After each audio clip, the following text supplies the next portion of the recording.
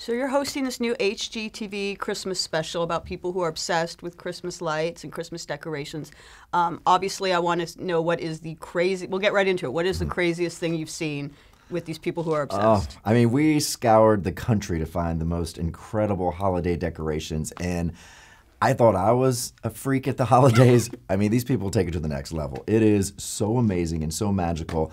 I mean, there were so many incredible places. We went to Kentucky, and there was this beautiful old home that just every nook and cranny was filled with some kind of Christmas spectacular. So that was one of my favorites that we got to see. Any behind-the-scenes info that viewers might not get to see on screen about how these crazy decorations come together that you could share with me? I mean, everyone has their own story of why they got into the Christmas, spirit. A lot of, families kind of hand down this, this amazing Christmas, I don't know, obsession for a lot of these people. But I loved hearing the stories behind a lot of the things that have been handed down from generation to generation. I think to me, that's what the holidays are all about, is being able to reflect about, the past and remembering lots of really great times, especially around the holidays. So you mentioned that you're obsessed with Christmas, which is why you're the perfect person to host the show. Tell me about that. Like, what specifically are you obsessed with? What are like your favorite holiday traditions or obsessions? Yeah, I mean, growing up in Mississippi, we were just huge Christmas freaks. My parents, and especially my dad, loved all the holidays, and especially Christmas. We just went all out. It's just the time of year that it's fun to bring the family together and friends, and you just get to have so much fun. It's just such a peaceful time, and especially in this day and age where there's not so much peace going on in the world, it's just nice to be able to relax and just enjoy the holidays with family and friends and just remember the good times and those innocent days. Do you know what my favorite Christmas tradition is? What's that? Watching a Very Brady Christmas. Oh, yeah. I have it on my DVR Very now. Brady Christmas, So I'm watching it in July. So obviously on that show, the house didn't look the same. It wasn't the house. But you were very involved in the current saga of, speaking of HGTV, we all know the story. You put in a bid for the house, and then we found out the HGTV. So now you're back in the HGTV. I won the bid. You did? Won it. Okay. Yes. And then they took it away from me. What happened exactly? It was a bidding war. It was just a few of us, trying to get the house, and I was very vocal about it because I was so excited because I knew if it would ever come for sale. For years, I've been waiting for this house to go up, and I had great plans for it. To of course bring it back to its original look. Not original. It didn't look anything like it, but I wanted to make it into the TV show and make it a really great event space so the fans could actually enjoy going there.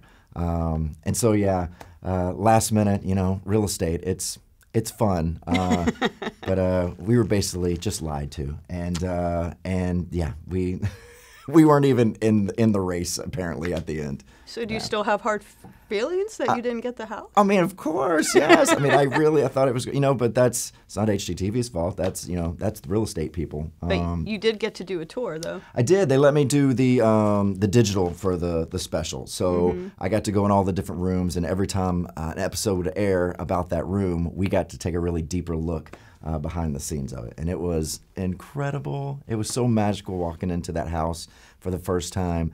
I mean, it was exactly like the TV show, and every little nook and cranny was exactly like the show. So they did such a fantastic job. Was it bittersweet at all, where you're like, this isn't mine? Of course it was bittersweet. I would have loved to have been able to walk in and be like, okay, I did this, guys. We're gonna have fun with this.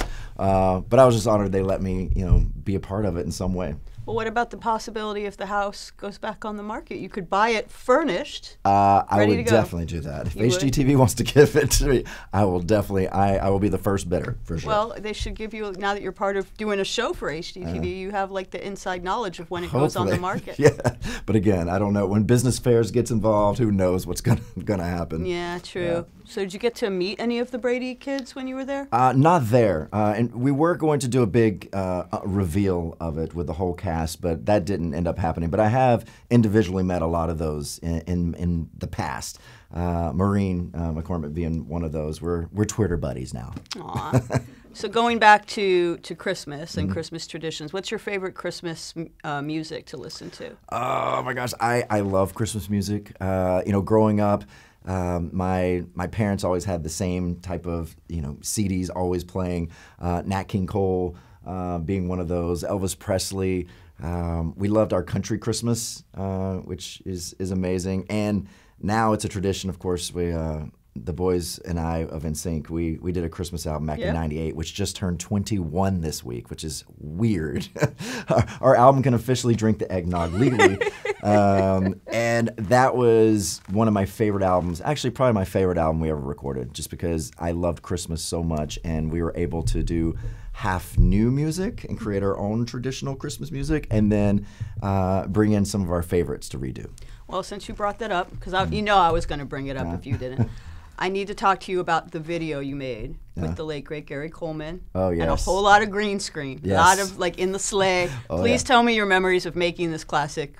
I mean, I love that video. I watch it every year. I mean, it's become a classic for sure. Oddly, that was not my choice of our single release from that album. Oh. I'm more of a ballad Christmas guy, so this was it was a little too peppy for me. I'm like, this isn't a traditional Christmas song, but it blew up more than we ever thought it would ever do.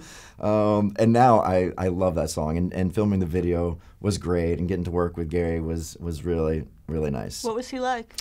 Sweet guy, you know. I mean, I grew up, of course, watching his show, so I was a huge fan. And this was 1998, so we had just started in America. So no one even really knew who we were at the time. So I remember very, freaking out, and we really wanted him to do the whole, what you talking about, Willis, but he, I guess, contractually couldn't say it. Yeah, I guess it's trademarked. So we got him to say, "What you talking about, NSYNC?" That's better. Yeah, I mean, I agree. It's more timely for the fact that it was an NSYNC video. Yeah. What about all those green screen shots you had to do? Like, how many takes did you have to do to make it so convincing that you were in the snow? Did it really look like we were there? Yeah. It was a long shoot day for sure. Green screen is always fun.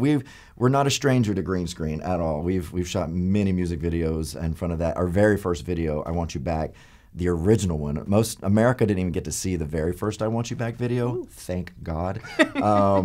It was horrible. So it was all in green screen, and we were in space, and we were in these horrible, like, slinky shirts. Back in the day, especially Florida, those tight slinky shirts. It was bad. It was really bad. Sounds pretty. I don't know. I gotta go look it up. Is it on YouTube? You don't have to. I'm gonna look it up after this Start with "Tearing on My Heart." It's much better. All right. Well, I was at Coachella this year. Oh yeah.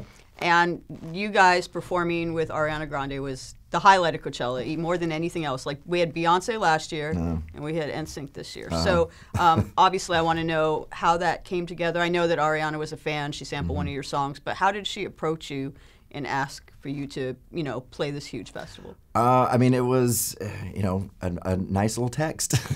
"Hey, would you do Coachella with us?" "Yes, Ariana Grande, I will do Coachella with you." It was very easy. Everyone dreams of being on that main stage at Coachella. We were, when we were a band, didn't exist. So we were never able to do those kind of festivals. And now these music festivals are so huge and amazing. You get to see the best artists there. Being able to hit that main stage with Ariana, the biggest pop star in the world, was an honor. And we knew her past. I've known Ariana for years, but knowing that she was coming to our concert at 6 years old, and she would be front center at all these shows, even our HBO special, you see her in the special.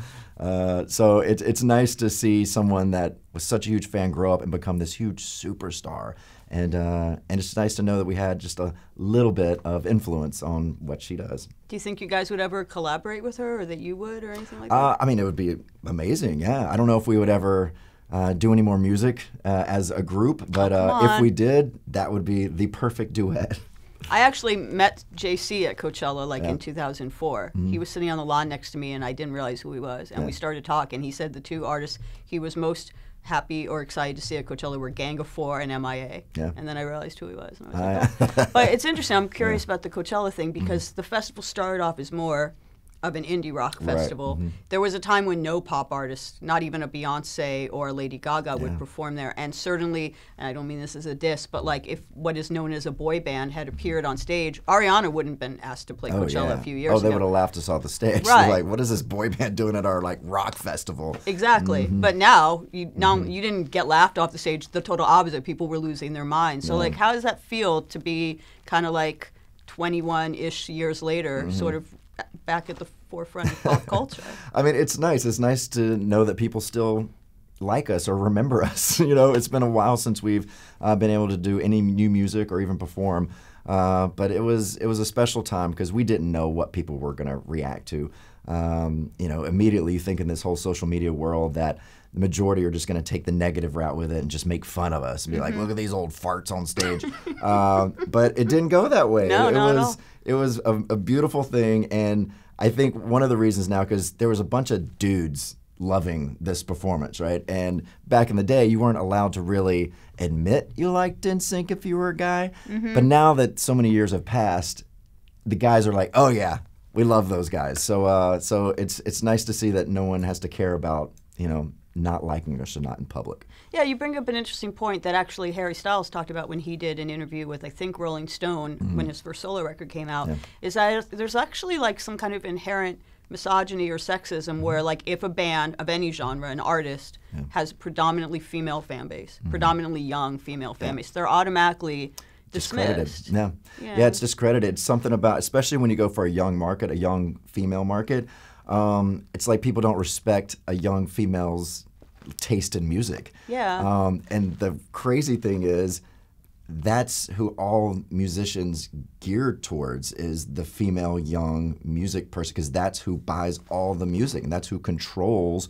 what is played around the world. Exactly. The female has a huge, powerful voice in the music industry. Yeah, but there's so many bands, NSYNC and your peers, Duran Duran, Def Leppard, One Direction, they get that, and it really annoys me because girls rule the world. Yeah, they do. Yes, they do. Thank God. So was there any talk when you guys played Coachella? Did you guys, was there ever any talk that Justin Timberlake was going to be involved? Oh yeah, of course. You know, Ariana asked all 5 of us to do it, and you know, Justin was immediately, you know, contacted. We called him and said, hey, this will be fun. We think this is one of those amazing moments that would just make sense for us all to do. You know, we did the VMAs together. We've done little things here and there. We got our star. But this just made sense. And Justin wanted to do it. He was so upset he couldn't get there, but he was just finishing his tour the night before, so there was no way he could make rehearsal or any of that. But, you know, definitely gave his blessing, which was nice. Well, I know you just said that you're not sure if NSYNC would ever do music again. Yeah. Obviously, people want it. You saw the reaction at Coachella. But also, I don't know if you saw, you were there, actually, when New Kids on the Block played, and, like, didn't Donnie Wahlberg say something like he wants an NSYNC reunion even if Justin can't do it? He said that right at the Hollywood Bowl, I believe. Oh, yes. Pulling me on stage, yes. Embarrassing me, yeah. You were embarrassed? Yes. Oh, my gosh, I was so embarrassed. They kept bringing me on stage and like, this is not my show. Stop. And I'm a huge New Kids fan. I mean, that was one of the first concerts I ever went to, so it was a little surreal moment to be kept bringing on stage and having Donnie Wahlberg, you know, try to convince you to come back and and bring out new music. Well, you should listen to him. Look, Donnie wants it. Look, he you don't have speaks to ask to the people. me. I'm in. I would love to do more NSYNC music. Really? Oh yeah, of course. So how can we make this happen? I mean, I don't know. I mean, it's hard to get all 5 of us to agree to do anything. We're such boys. And the communication is horrible. We're great on text about sending silly, stupid things, but when it comes down to like business, it's really hard for us to make a decision on stuff. And I mean, Justin is killing it right now. I mean, he hasn't had a break since we, recorded last. So but I mean, getting him to settle down. Donnie says even if Justin can't do it, it's a good idea. And I don't know. I think, I mean, obviously it'd be great if it was all 5 of you. I think I remember the VMAs, now people freaked out at that. But the reaction at Coachella shows that even if all 5 people couldn't join on, even if it's 4 of you or a few of you, that people would be down with it. No, it was encouraging, definitely, to see that. And especially for JC, because a lot of people, because JC's stayed out of the limelight a good bit, since NSYNC, and he's really he's a studio cat. He loves writing and, for other artists.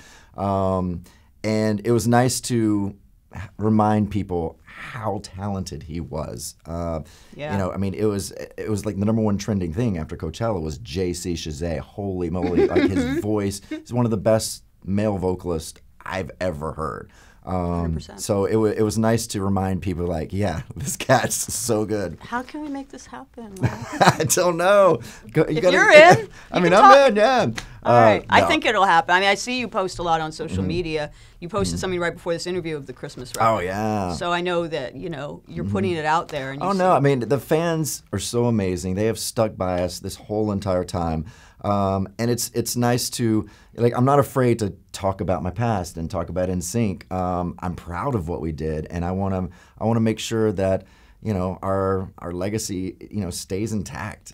So yeah, I love being able to share past memories, and just like today, you know, being able to talk about the Christmas album turning 21 years old. It's nice to go down memory lane with the fans and find out, you know, how old they were when they first, you know, heard the CD, what's their favorite songs, and it's just it's a huge part of people's lives, and I get that because growing up, especially at the Christmas time, you know, it was those certain Christmas albums that just made your childhood, and to be able to do that for, you know, some fans out there, I just think it's just such a cool thing to be a part of someone's holiday tradition. Speaking of holidays, did you see Jessica Biel's Justin Timberlake costume for Halloween? Oh, yes. I loved it. It was so good. I'm sure Justin loved that. But it was hilarious, and all the friends that did that, they were friends of ours. So the guy who actually played me at Halloween was Chef Rolo, who owns Greenleaf, and he's amazing. They're an amazing couple. What did he wear? The Rolo guy.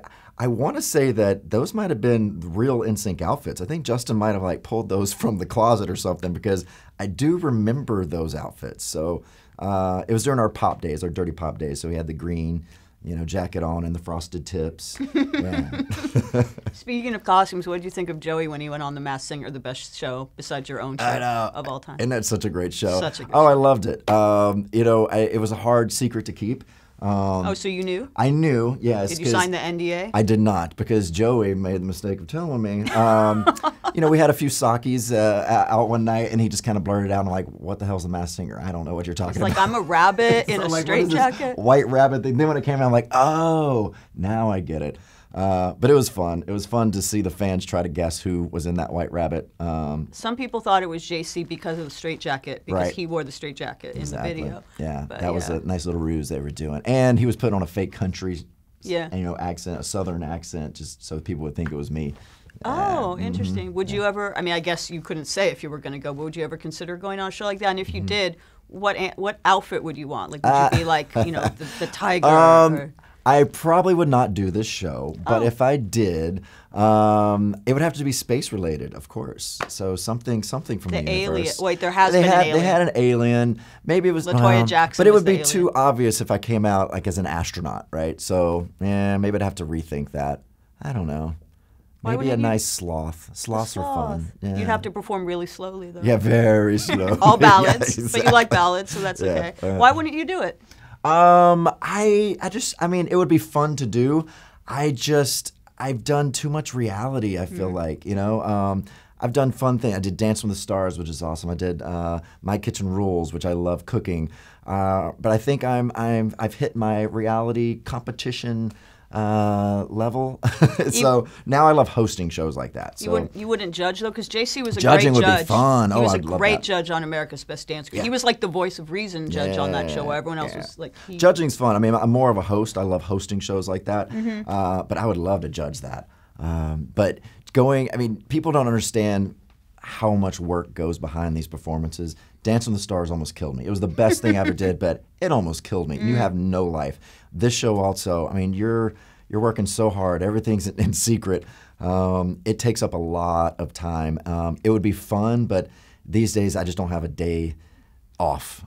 So it would really hinder a lot of the projects I'm working on if I took that time off. You're working on some kind of comedy series or movie about NSYNC fans or something? I am. It's a film. Tell me about that. Yeah, it's this really funny, true story that happened 20 years ago about these two girls that decided, hey, you know what? They were seniors in college. They were like, let's just skip school this summer and follow NSYNC on tour the whole summer on our Pop Odyssey tour. And they didn't have money. They didn't have a way to do it. So they were like, we'll just go on The Price is Right and win a Winnebago and enough money to be able to do it. And it happened just like that. It was the biggest prize ever won on Price is Right.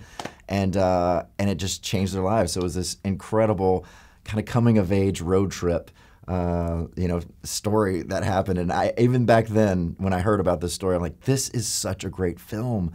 So we sold it to TriStar, and so we're going to be filming that next year. So it's like a scripted. It's scripted, yeah. Okay, it's it's not a documentary. No. It's a total road trip comedy.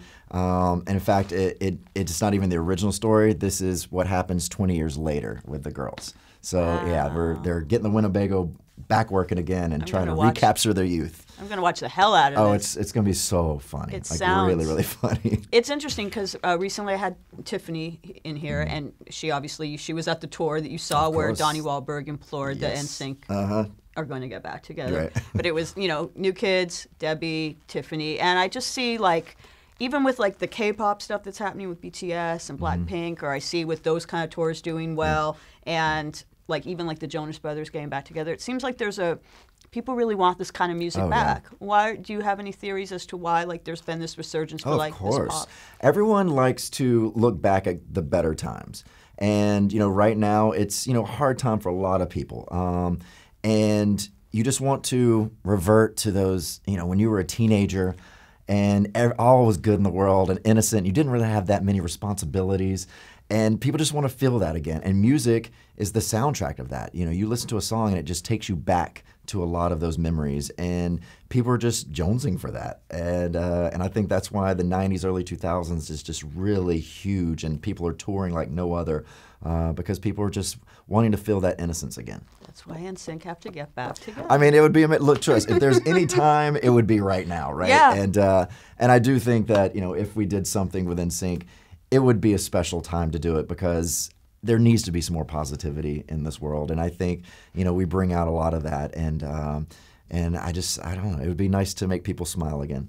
Absolutely. I'm smiling right now. Before I let you go, in terms of, you're talking about the devotion of the fans, we saw that at Coachella, we see that online, we see that with these Winnebago girls. Is that the craziest fan story you have about something? Oh, no. Tell me some more. I mean, it's so funny that the fans are so different wherever we go. When you go to China, they're just very polite and organized, and they'll be crazy at the concert, but once it's done, single file line out, very quiet, organized, right? Spain, complete opposite. I mean, it's just all over the place. They're so over the top. If you wear any kind of jewelry, anything, it's being ripped off. You're going to be bleeding if you go through a crowd. Very passionate. And so, I mean, yeah, it's just wherever you go, you see the different levels of passion from the fans. Do you have one more crazy story that you could make a movie out of? Another movie? I mean, there's so many you could do. A lot that I don't know if we could share because they could be dark. I mean, because a lot of people see the positive things of being in a group like that, but when you're at a level like that, there's a lot of people coming after you and a lot of things that we weren't privy to at all, which was a good thing. Our bodyguards kind of kept a lot of that information away from us, but hindsight, looking back and knowing some of the stories that were happening around us, it's a scary world.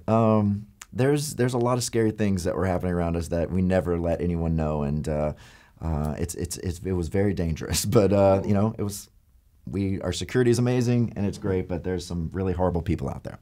Are you glad that you didn't have social media at the time when NSYNC were coming up? I am so glad we had no social media. Well, on one hand, it would be nice to have 100 million followers, right, and being able to just talk to your fans so quickly. But on the other hand, who knows what would have happened? At the beginning of social media, we were just dumb kids, right? So the stupid things you might say, or someone might take a picture of you, drinking at a club and you're underage. I mean, that could have ruined your career back then. I mean, it was a different time. Yeah. So who knows? I mean, social media could have killed our career.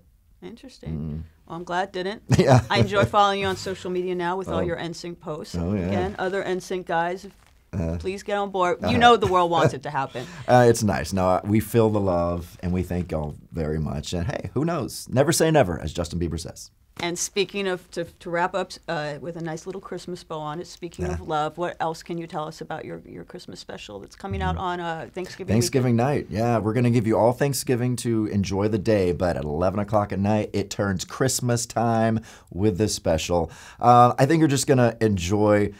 I'm the type of person that one of my traditions is I go around to all the neighborhoods and look at Christmas lights. That's one of my favorite things. So this is one of those moments where you get to just be at home and just look at all these incredible lights. It'll get you in the Christmas mood. So, get your hot toddy or eggnog ready.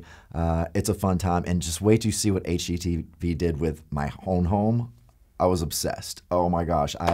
And they only left it up for 3 days, but I was in heaven. For 3 days, I was just in magical heaven. Were you filming that in like the middle of Yes, the year? it was. Oh, it was in February, March. Yeah. were your neighbors like, what the heck? Oh is no! going on? Oh, we still have lights in the tree from that. I mean, I've not Awesome. turned the lights off since then. Just leave it year round. But yeah, I was just sitting there with my hot chocolate, listening to Christmas music in February. It was nice. Well, this interview's been very nice. It's been cause for celebration. Thank you so much, and Thank you Merry very Christmas much. to you. Merry Christmas to you.